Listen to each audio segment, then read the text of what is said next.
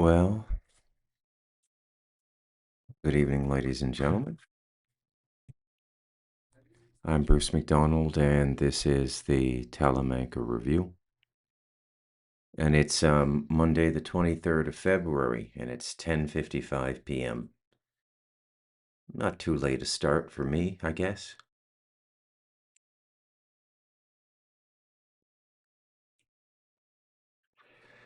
And we're still in the midst of this super intense cold front in Costa Rica, and it's about as cold as I've ever seen it here. Nobody really knows what's happening. I mean, they say it's a cold front coming down from North America, but I don't know. That's what the meteorologists say. So there you go. Got my meeting with the natives tomorrow, the Kavakar. My son and I and my wife will sit down and set out the steps to go forward, which will begin with the building of a roundhouse on the reserve, which will just be for tourists, and a number of other small details as well. So I'm looking forward to that very much, actually. Um,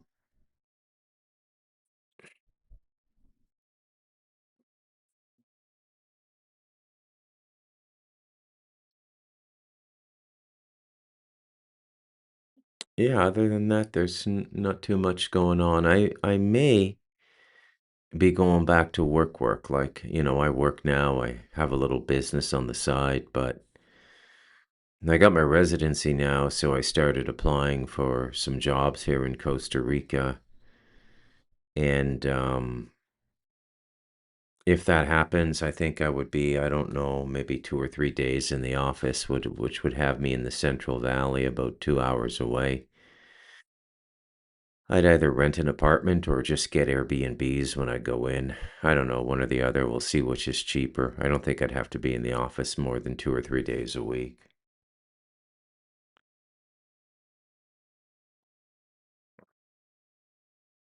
Why would I possibly want to go back to work, you might say? Well, it's a very strange thing, work. I actually kind of crave it now. Um, I've been like a decade up here, and no measure of myself but my wife and my family and my dogs. And it's interesting how that works. You kind of I really don't have a social identity anymore, you know? Um, I mean, I do. I'm Bruce. I'm a podcaster. I'm a writer, and so on and so forth. And that's all fine and dandy. I'm good with all that. But I don't know. It just doesn't somehow seem like enough, you know?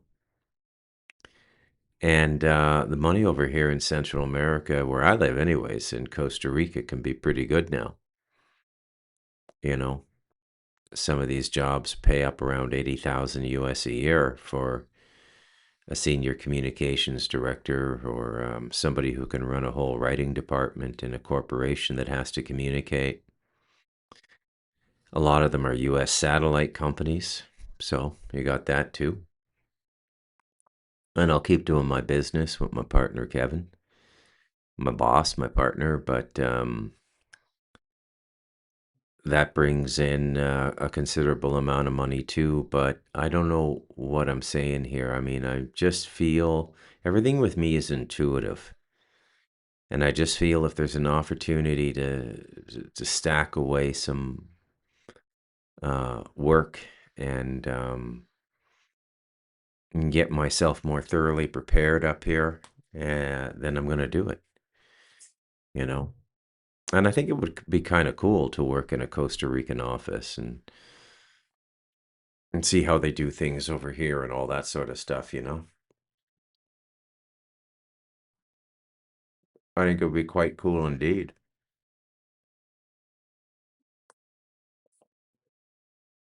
So we'll see how all that works out. So I did a book on Malachi Martin. I really hadn't thought to do a book on Malachi Martin. Um, and then at a certain point, I just realized that um,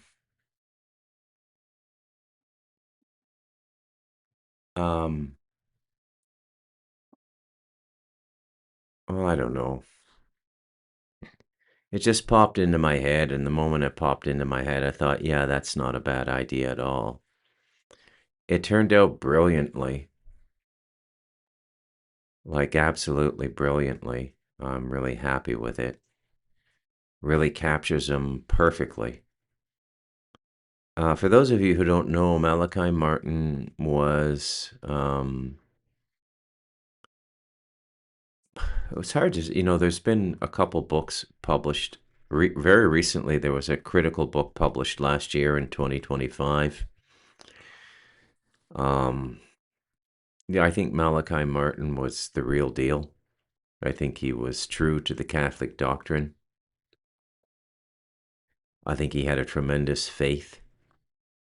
And, he did over 1,000 exorcisms, which is really kind of unheard of. And he's probably written the best exorcism material ever, you know.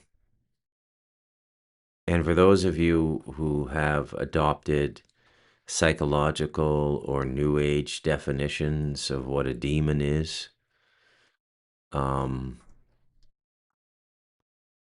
I would say that you might want to take a look at Malachi Martin's work. It's well worth looking into. And yeah, I mean, demons are real. I don't know if they correlate to the biblical story about, fallen angels. I'm not sure I believe that. And you should basically really audit everything you believe. I mean, don't take anything at its face value. Just because people have believed it for 2 or 3 thousand years in certain religious circles doesn't necessarily mean that it's true.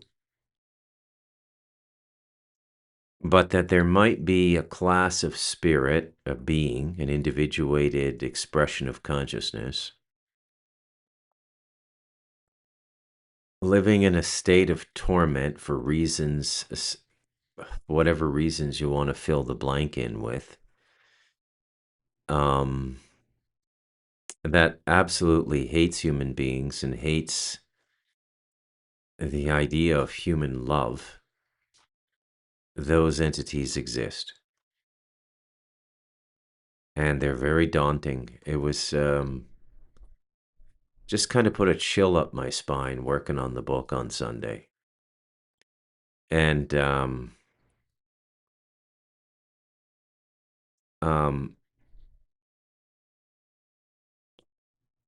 yeah, it's quite something. It's one of the more interesting things in the religious world is the demonic. Now, I've come to a different definition, I suppose you could say. I mean, they're not to be played with. Um, you have to have a tremendous presence of what I would call object love inside of you, meaning that you have a real connection with the source of love, which of course is the creator. And it has to be solid in you. It can't be a mental concept. And if you have all that, then you'll be fine. You'll be able to pass through the space of demons from time to time and not be unduly affected. They're particularly powerful around the spiritually weak. In fact, like all predators, they target the weak. This is true of wolves. If couple thousand caribou, a herd of caribou are going by, the wolves have an innate sense to target the weak or the sick. And I guess you could say they're almost doing the herd a favor. Um, I think it's the same thing with lions as well. Yeah, mainly predators, they will focus on things that are ill, right? And things that are weak. That's the same thing with demons. They fit the predator class perfectly. In fact, they're a kind of super predator, actually. Yeah, that's what they do. So I highly recommend this book. Um, as I said, it turned out remarkably well. Um, I don't know about in paperback, about 350 pages.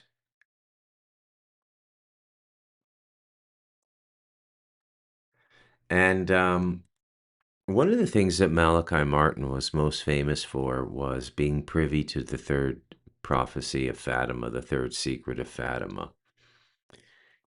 And he says, I have read the third secret of Fatima. I read it in 1960, shown to me by a cardinal who had been present at the meeting held by Pope John the 23rd, and I am under oath not to reveal its contents. But I will tell you this, it is worse than you can imagine. Let me give you a context. In 1917, Our Lady appeared to 3 children, Lucia, Francisco, and Jacinta, in Fatima, Portugal. Over the course of 6 apparitions from May to October, she gave them messages. Some were public, some were secrets. There were 3 secrets in total. The first 2 were revealed by Sister Lucia in the 1940s. They concerned the vision of hell, the prediction of World War II, and the eventual triumph of the Immaculate Heart. The third secret was different. It was to be opened and published in 1960. That was the explicit instruction. Our Lady said it would be clear then. And of course, that's Mother Mary, who I think has almost become a kind of female deity in the Christian pantheon.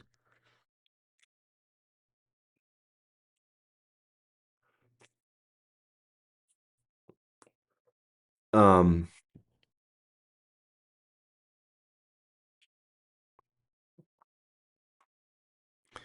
but it was not published in 1960. Pope John the 23rd read it in February of 1960, and he decided against the mandate of heaven not to reveal it. And why? Because it would have ruined his negotiations with Nikita Khrushchev. Because it would have contradicted his optimistic vision for Vatican II. Because he did not want to be a prophet of doom. And so the secret remained sealed. Paul VI read it. John Paul I read it during his 34-day pontificate. And John Paul II has read it. But none of them have published it, not in full, not as it was meant to be revealed. I am under oath. I cannot break that oath. But I can tell you certain things. I can tell you that the version of the secret that circulates on the internet, the versions that people email to radio hosts and post on websites, those are not accurate. They contain elements of the truth, phrases, ideas, themes that belong to the secret, but they are not the text. The actual text is very dry, very specific. It is not flowery, it is not poetic, it is a straightforward description of future events. A blanket statement stated boldly, with no adulteration, no flourishes, no purple patches. No adjectives and adverbs to soften it. no literary embellishment of any kind. Just hard, cold, precise prediction. This is what makes it so terrible. There is no room for metaphor, no room for saying, well, perhaps this is symbolic. It is a straightforward description. And everything it described has been happening or is about to happen. Now, I need to pause here to remind you that Malachi Martin died at the age of 78 in, I believe, 1999.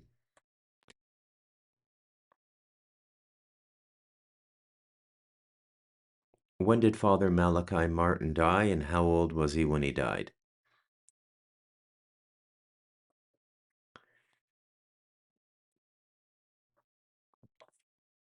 Yeah, July 27th, 1999, and he was 78 years old. Yeah, very interesting. So he's saying that you could start to see elements of the third prophecy of Fatima in the 90s. What else could he be referring to? It's not talking about 2026. Now, I should also say that in my spiritual life, I'm attracted to people. It doesn't matter what religion they come from. I have my opinions about organized religions. I'm very liberal in the dispensation of those opinions on the Talamanca Review. But I'm also quick to point out that any system will work to bring God into your life if you do it properly. If you were to properly live all of the aspects of the Catholic faith, right down to the fasting on Fridays and 40 days of Lent, and this 40-day abstainment periods they're really big in the Abrahamic religion. Okay, then it's one of the most brilliant aspects of the Abrahamic religion, because remember, I'm about um, process in religion and spirituality. And what I mean by process is the practices, because one attains a higher relationship with the divine by practicing certain things. And one of those things that is very consistent is measured self-denial. So fasting, intermittent or limited eating during Lent and things like this. The Muslims do Ramadan. You pray.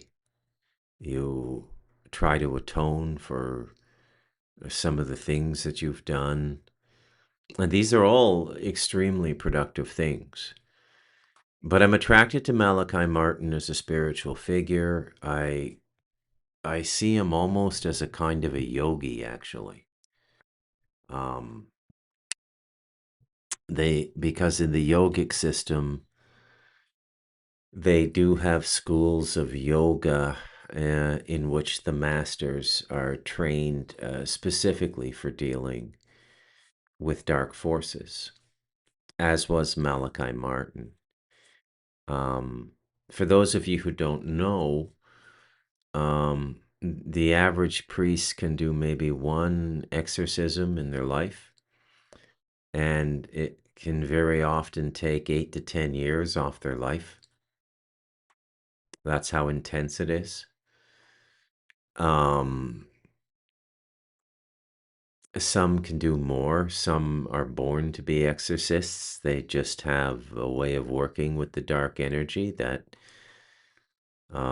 preserves them.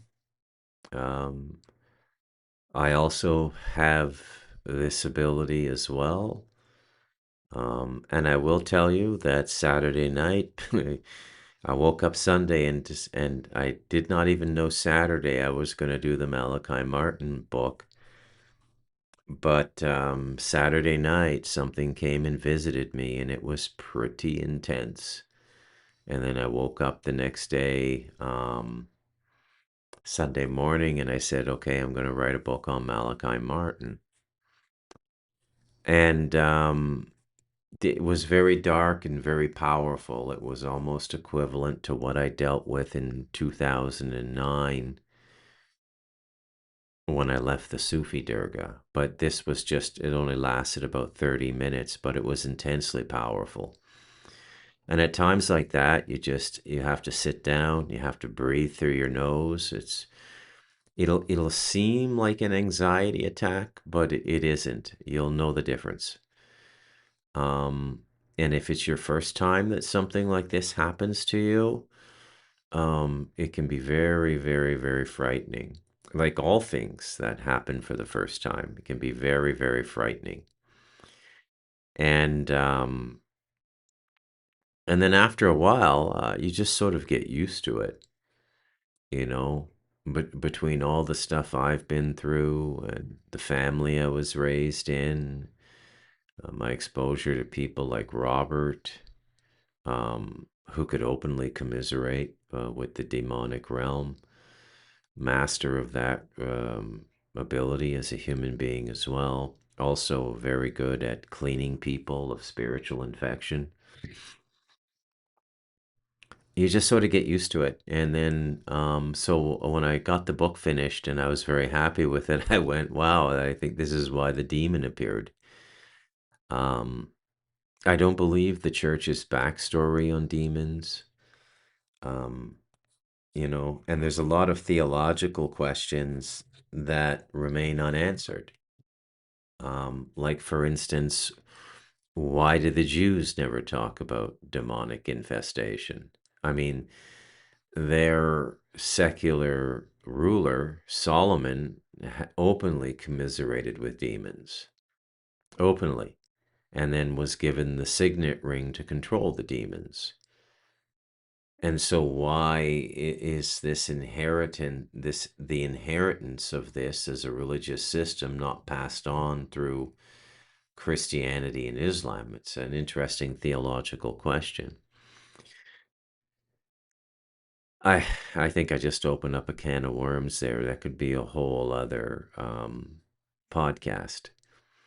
But just briefly, I will say that I don't think that Solomon or the Jews really mastered control of the demons. I think that maybe they thought they did for a short period of time, but um, when you look at the culture, you know, if the shoe fits, it's a very dark culture. I think in many ways it's a demonically infected culture, Judaism, parts of it anyways, large parts. And I say this just because of what I've seen. I mean, it just was made aware to me a number of years ago, contemplatively.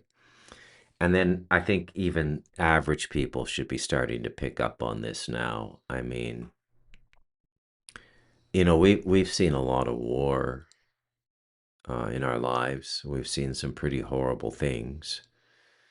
Abu Ghraib, the prison in Iraq, was a nightmare, hell on earth, horrible. Um, but it was more about humiliation. What we see the IDF doing to prisoners, raping them, and then um, the public saying that they should be allowed to do that, even though the court said they couldn't, and killing children, snipers killing children from the wall, uh, pregnant women. That's not normal. I mean, soldiers don't behave that way. Some do. Um, but that's really not normal behavior. That seems to be a bit demonic to me. And it seems to be right in the religion, to be honest. There's no religion on the planet that celebrates the torture, pain, suffering, and ultimate annihilation of their enemies more than the Jews. I'm not saying that you're not going to have to fight in certain generations, but how you do it is important as well, right?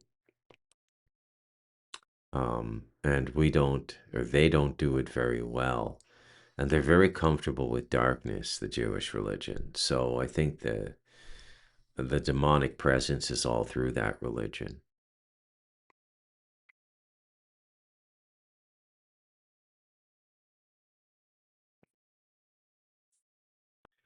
So let's pick up where we left off. It is a straightforward description, and everything it described has been happening or is about to happen. And the central element, the most awful part, is not in any of the versions that have been published. I can also tell you that what is in the secret is more traumatic, more awful than most people imagine. It's not just about natural disasters. It is not just about wars or plagues or economic collapse. It is about something deeper, something that strikes at the heart of the faith itself. It is about what has been done to the church from within. It is about the men in cassocks and mitres who would betray their Lord. It is about the penetration of the hierarchy by forces hostile to everything Christ established. Well, that should seem pretty obvious to everybody now. I mean, in Stardust Ranch, I described the newest house of worship built on the grounds of Vatican City, and the architects designed a serpent. Both the exterior shape of the building and then the space behind where the priest or the pontiff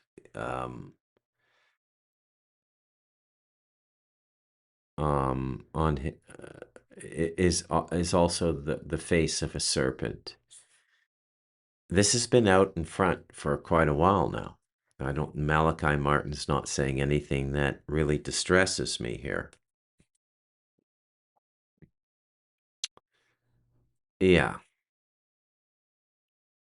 When I read it, The Secret, in 1960, the cardinal who showed it to me watched my face. I am not normally a man who reacts visibly to things. I have administered exorcisms that would break most men's minds. That's true too. By the way, his best book is Hostage to the Devil, and it'll just get into your bones. I would say it's vibrationally it's comparable to The Devil in Us and The Light of Darkness. It'll just kind of get into you, the creepy little details and stuff, and how demonic intelligence slowly infiltrates a consciousness over weeks, months, and years. It's not a sudden thing of possession. The demon is stalking you for years. Sometimes and this will bring something in that transcends Catholic theology, but a demon can follow you through lifetimes even. Okay? And will exercise right of possession or ownership over a living soul incarnate due to ancestral contracts. The whole thing is super creepy. I have read intelligence reports on things done in the name of Christ that made my blood run cold. But when I read The Third Secret, I wept. The cardinal asked me afterward, "Now you understand, Father Mountain.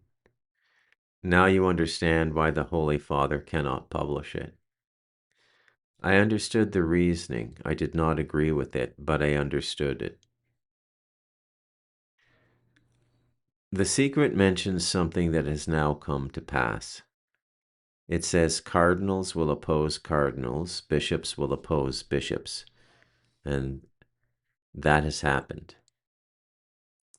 We're living through it right now. The division within the church, the open conflict between traditionalists and progressives, the hatred within the Vatican, all of this was foretold.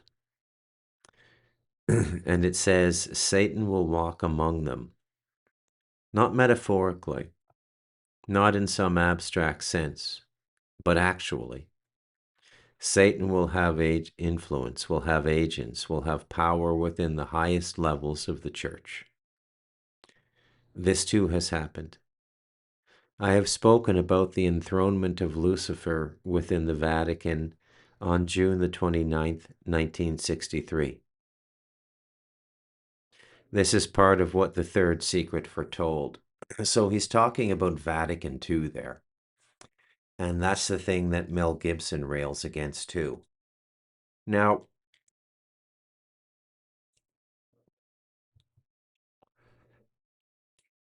I will give you my take on Vatican II because it ties into my global thesis. My thesis that is probably best laid out in The Light of Darkness about this 375-year period that sort of mirrors a number of things. Sabbatai Levy in Amsterdam in 1666, the formation of the Bank of England in 1694,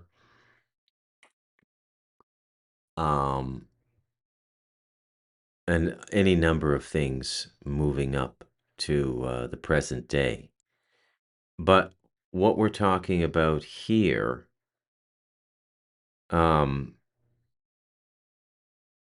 is Vatican II. And what that is essentially is a treaty that was imposed on the Vatican.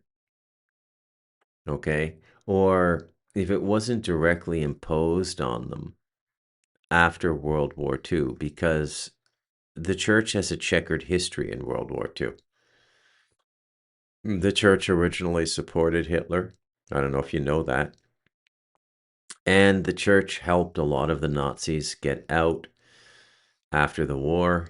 Got a lot of those Nazis to Argentina.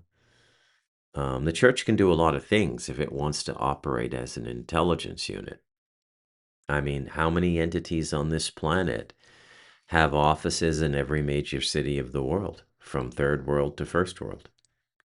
I think I can think of one, and that's the Catholic Church. So the Vatican II was sort of forced on them. Publicly, they tried to make it look like the church is adapting to the modern world. But one of the things that happened in Vatican II was Catholics could become Freemasons, okay?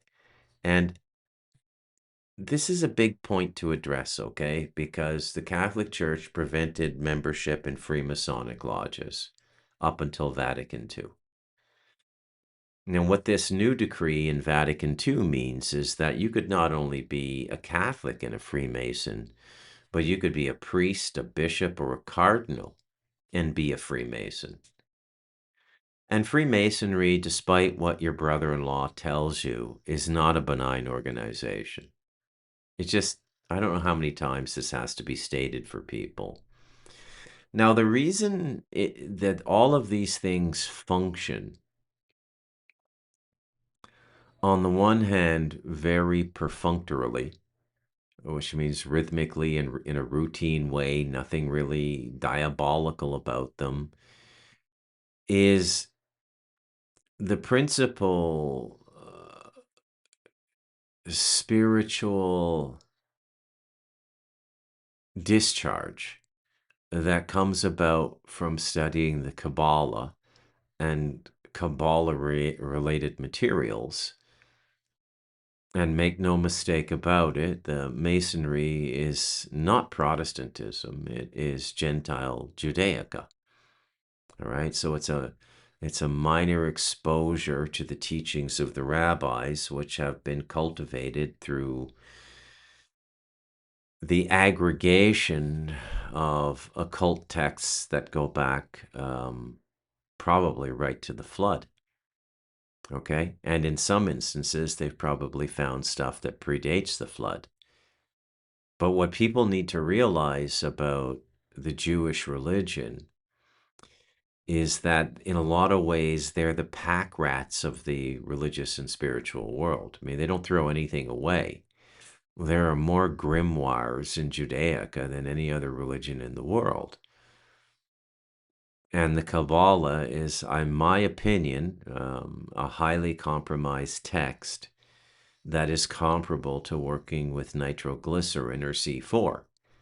You may be able to do something constructive with it, like blow a hole through a mountain so that you can put a train tunnel through it, but you may very well blow yourself up and other people around you.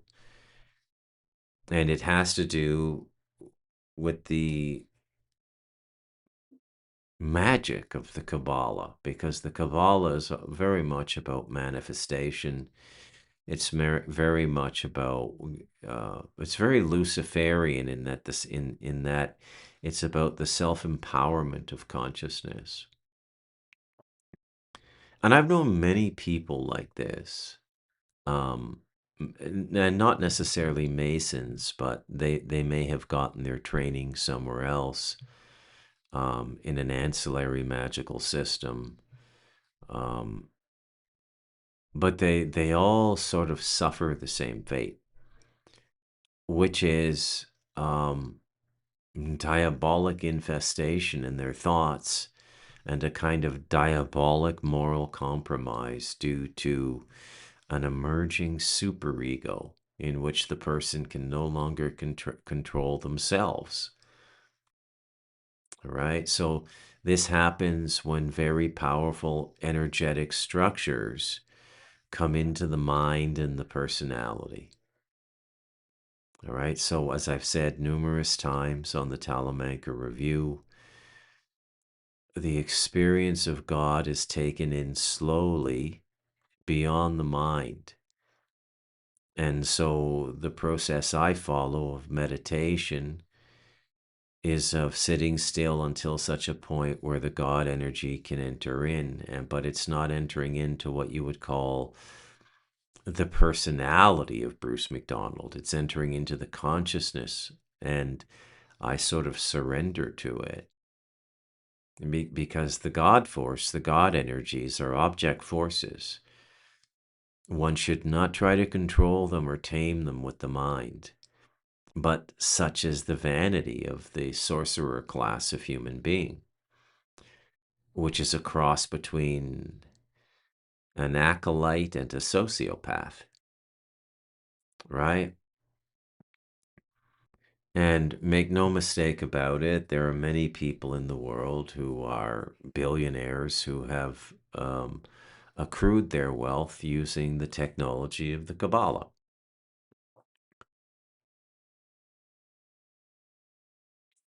So I think it's a sin to take more than what you need from this world. I really do. But when you commodify everything into a system of representative magic that abstracts from the primary layer of the primary definition of wealth, like land, water.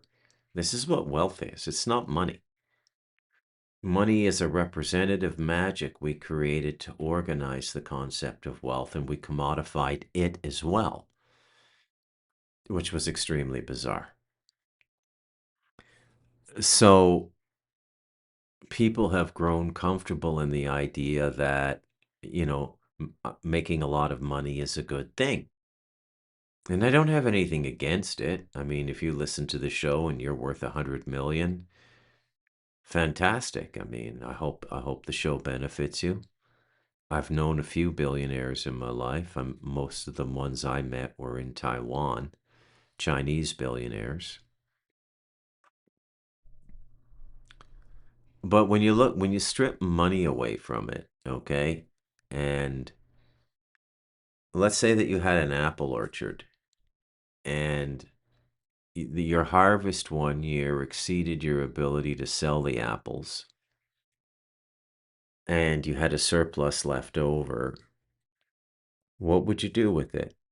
Would you just let them rot? Or would you give them away to neighbors and food banks or something like that? You'd probably give them away. But the way money works now is you don't really give anything away because money never spoils. In fact, it grows. It's the only thing that continues to grow. Everything that grows dies. Ever think about this? So money interest is based on an organic model of growth. You understand that, right? This is why they think it's the spiritual economy and communism is the devil's economy. I agree that communism is the devil's economy, but not for the reasons they might believe it. But the illusion of a spiritual nature to money is just that, it's an illusion. And it creates bizarre circumstances that make no sense. I'll give you one off the top of my head. Because the milk production industry in Canada is run by a government level dairy board, to maintain the price of milk so that supply doesn't exceed demand and lower the price of milk, literally billions of liters of milk are poured down the drain every year at Canadian milking operations.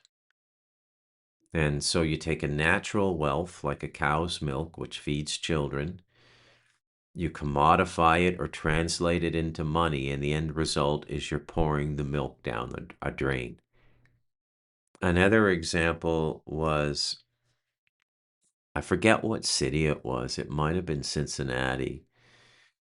But in the 2008 subprime mortgage debacle, Cincinnati became a city of focus. I think it was Cincinnati. If not Cincinnati, it was somewhere else in Ohio. And they had so many vacated homes due to default on mortgage that it became an environmental problem for the city. Now they had homeless people, they had tent camps and people living in tents, and these were formerly normal people who had homes and dogs in the backyard and everything, but they lost everything. And the city went another $200 million. They borrowed $200 million to demolish all the homes. Now, I understand that capitalism has rules,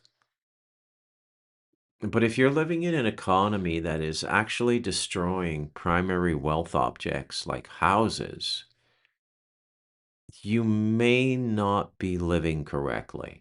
Let's just put it that way. You may not be living correctly. There's something wrong with your system. You've got thousands of homeless people, and as a city, you're borrowing money, a significant amount of money, like $200 million, to destroy homes. And you're eventually, if you want to keep the population you have housed, you're going to end up having to build new homes. So there's these little glitches in the capital system that you can catch from time to time.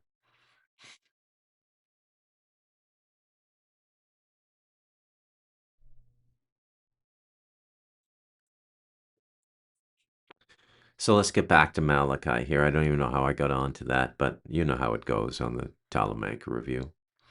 So when people say to me, the secret must be about natural catastrophes, I say, no, it is about the church. It is about the apostasy. It is about the great tribulation that will come upon the church itself.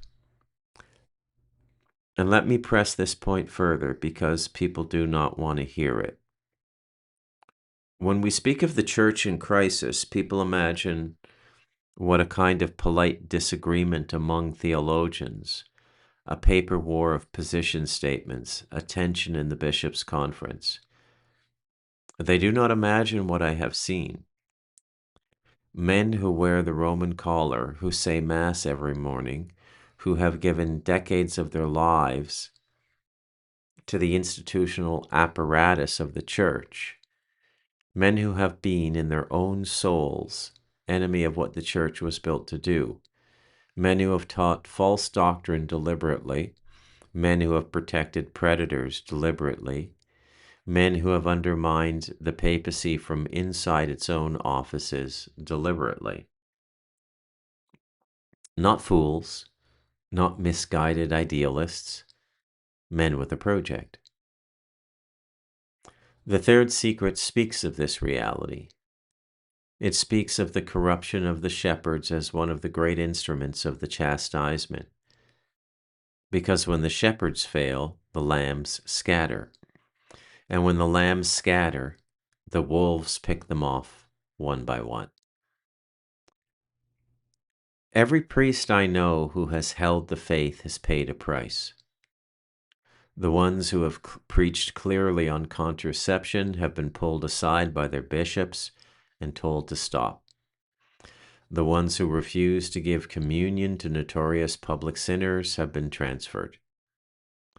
The ones who kept the rosary devotions, who insisted on proper dress in church, who taught the full catechism without softening it, these men have been marginalized, ridiculed, occasionally driven from their parishes.